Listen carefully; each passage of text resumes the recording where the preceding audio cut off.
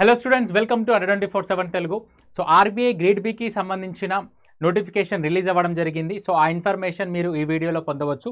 So ఇక్కడ మీరు very క్లియర్గా చూసుకోవచ్చు. ఇక్కడ reserve bank of India direct recruitment for the post of officers in grade B direct రిక్రూట్మెంట్కి సంబంధించిన ఇన్ఫర్మేషన్ ఇది. సో దీనికి సంబంధించిన ఇన్ఫర్మేషన్ చూద్దాము. సో ఇక్కడ చూసుకున్నట్లయితే మనకి 3 పోస్ట్కి సంబంధించి నోటిఫికేషన్ ఇవ్వడం జరిగింది.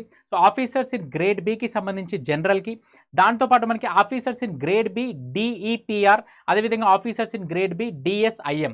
ఓకే, ఇక్కడ డిఈపిఆర్, ఓకే, డిఈపిఆర్ అంటే ఏంటంటే department of economic and policy research.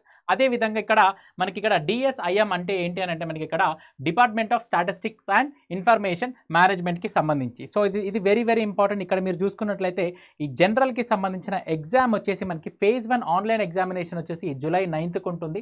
ఓకేనా, దీనికి first of all online application ఎప్పటి నుంచి స్టార్ట్ అవుతుందంటే మనకి మే 9th నుంచి జూన్ 9th వరకు ఉంటుంది. ఓకేనా, సో మనకి ఇక్కడ ఈ జనరల్కి సంబంధించి phase 1 online examination July 9th fix అయిపోయింది. అంటే జూలై 9th మనకి ఆ ఎగ్జామ్ ఉంటుంది.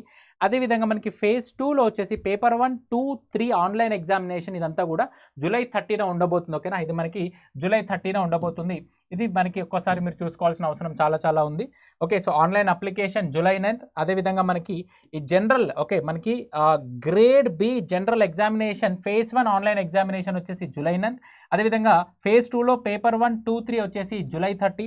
దాంతోపాటు మనకి గ్రేడ్ బి డిఈపిఆర్ వచ్చేసి మనకి పేపర్ 1, పేపర్ 2, ఫేజ్ 1లో పేపర్ 1, పేపర్ 2 వచ్చేసి జూలై 16th. అదేవిధంగా మనకి ఫేజ్ 2లో paper 1 and paper 2 written examination వచ్చేసి సెప్టెంబర్ 2nd. అదేవిధంగా మనకి officers in grade B DSIM వచ్చేసి మనకి పేపర్ 1, పేపర్ 2 ఆన్లైన్ ఎగ్జామినేషన్ వచ్చేసి జూలై 16th. అదేవిధంగా ఫేజ్ 2లో పేపర్ 2, 3 ఆన్లైన్ మరియు రిటర్న్ ఎగ్జామినేషన్ వచ్చేసి ఆగస్ట్ 19th ఈ ఎగ్జామ్స్ జరగబోతున్నాయి. వెరీ క్లియర్గా నేను చెప్తున్నాను. ఓకే, సో మరిన్ని వివరాల కోసము ముందుకెళ్దాం మనము. సో ఇక్కడ చూసుకున్నట్లయితే టోటల్గా ఎన్ని వేకెన్సీస్ వచ్చాయి, ఓకే, టోటల్గా మనకి ఎన్ని వేకెన్సీస్ వచ్చాయంటే మనకి గ్రేడ్ బి ఆఫీసర్స్ వచ్చేసి మనకి టోటల్గా మనకి 222. అదేవిధంగా మనకి గ్రేడ్ బి ఆఫీసర్ డిఈపిఆర్లో వచ్చేసి మనకి 38. ఇదేమో మనకి జనరల్లో 222. ఓకే, మనకి డిఈపిఆర్లో 38. అదేవిధంగా మనకి డిఎస్ఐఎంలో 31 వచ్చాయన్నమాట. ఓకే, సో ఇంకా మనము ముందుకు వెళ్ళిపోదాము. ఓకే, సో మనకి ఇక్కడ పే స్కేల్లో మొత్తం చూసుకున్నట్లయితే మనకి 1,16,914 రూపీస్. ఓకేనా, పే స్కేల్లో మనకి టోటల్గా శాలరీ చూసుకున్నట్లయితే వీటికి 1,16,914 రూపీస్ ఉంది. ఓకే, సో మరి ఎలిజిబిలిటీ క్రైటీరియా ఏంది అని అంటే, సో మేజర్గా మీరు చూసుకోవాల్సింది, సో ఆబ్వియస్గా okay, so citizen of India.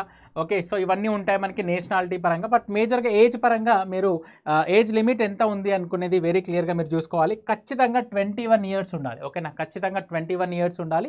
30 years age దాటకూడదు. ఓకేనా, 30 years ఏజ్ దాటకూడదు. సో ఏజ్ లిమిట్కి సంబంధించి మనకి ఏజ్ రిలాక్సేషన్కి సంబంధించి కూడా ఉంది. ఓకేనా, ఇది కామన్గా అయితే ఏజ్ మనకి 21 years ఉండాలి, 30 years దాటకూడదు. బట్ ఏజ్ రిలాక్సేషన్ కూడా మనకి యాజ్ పర్ గవర్నమెంట్ రూల్స్ ప్రకారంగా ఏజ్ రిలాక్సేషన్ కూడా ఉంటుంది. ఓకే, సో నెక్స్ట్ ముందుకెళ్దాము మరి.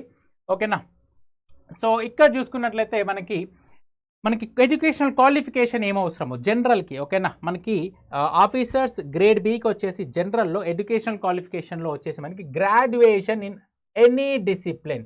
సో బీటెక్ అయినా ఉండొచ్చు, గ్రాడ్యుయేషన్ ఉండొచ్చు. సో ఖచ్చితంగా 60% మార్క్స్ అయితే ఖచ్చితంగా ఉండాలి. ఓకేనా, 60% మార్క్స్ అయితే ఖచ్చితంగా ఉండాలి.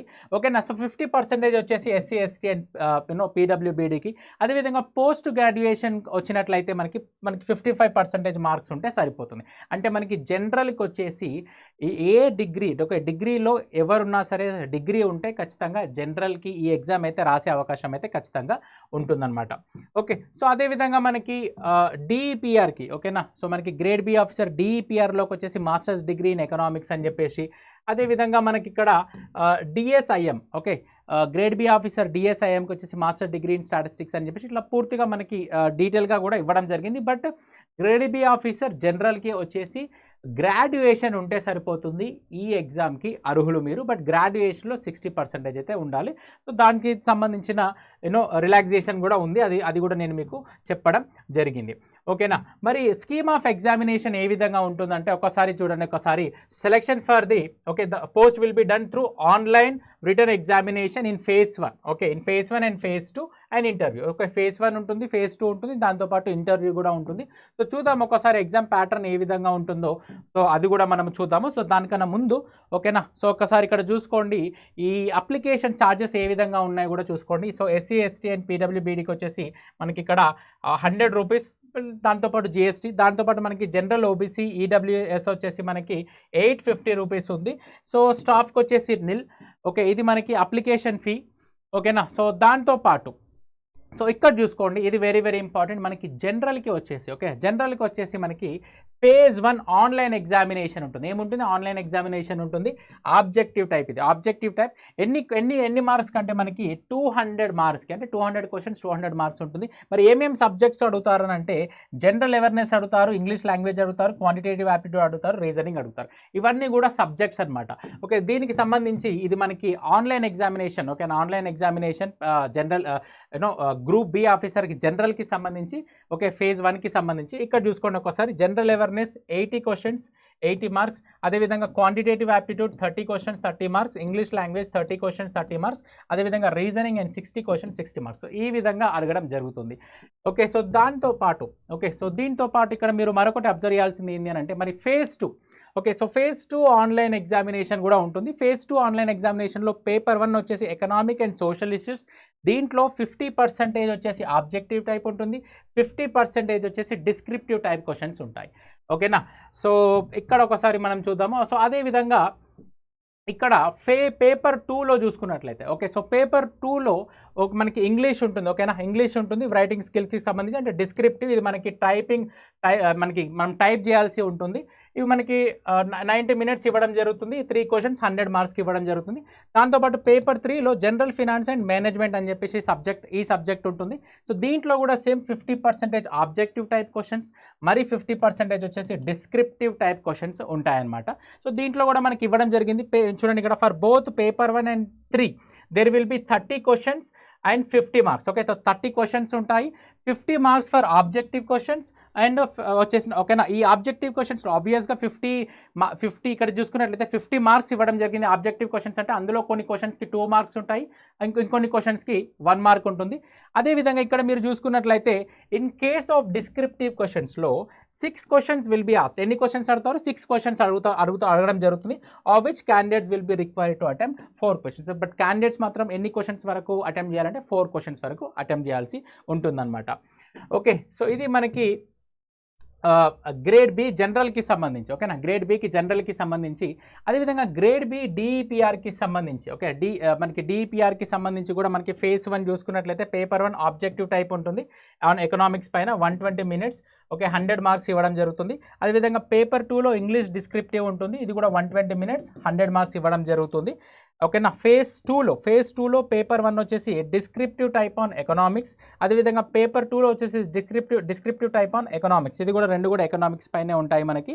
ఓకేనా, సో అదేవిధంగా ఇక్కడ చూసుకున్నట్లయితే మనకి టైం అలాట్ చేయడం జరిగింది 120 మినిట్స్ 100 మార్క్స్కి, అదేవిధంగా 120 మినిట్స్ 100 మార్క్స్, టోటల్గా మనకి 400 మార్క్స్కి అయితే పేపర్ అయితే ఉందన్నమాట. సో నెక్స్ట్ చూసుకున్నట్లయితే నెక్స్ట్ చూసుకున్నట్లయితే ఇది మనకి DSIMకి సంబంధించి. దీంట్లో కూడా మనకి పేపర్ 1 వచ్చేసి ఆబ్జెక్టివ్ టైప్ వచ్చేసి మనకి స్టాటిస్టిక్స్ పైన ఉంటుంది. ఓకే, 120 మినిట్స్ 100 మార్క్స్ ఇవ్వడం జరుగుతుంది. సో పేపర్ 2లో డిస్క్రిప్టివ్ టైప్ స్టాటిస్టిక్స్ పైన ఉంటుంది, 180 మినిట్స్ ఇవ్వడం జరుగుతుంది, ఇది కూడా మనకి 100 మార్క్స్కి. దాంతోపాటు ఇంగ్లీష్ డిస్క్రిప్టివ్ ఉంటుంది, దీంట్లో మనకి 90 మినిట్స్ డ్యూరేషన్ 100 మార్క్స్ ఇవ్వడం జరుగుతుంది, టోటల్గా మనకి 300 మార్క్స్కి ఇవ్వడం జరుగుతుంది. ఓకే, సో ఇది మీకు కంప్లీట్గా మనకి RBI గ్రేడ్ బి ఆఫీసర్కి సంబంధించిన information. Okay, so thank you students, thank you so much.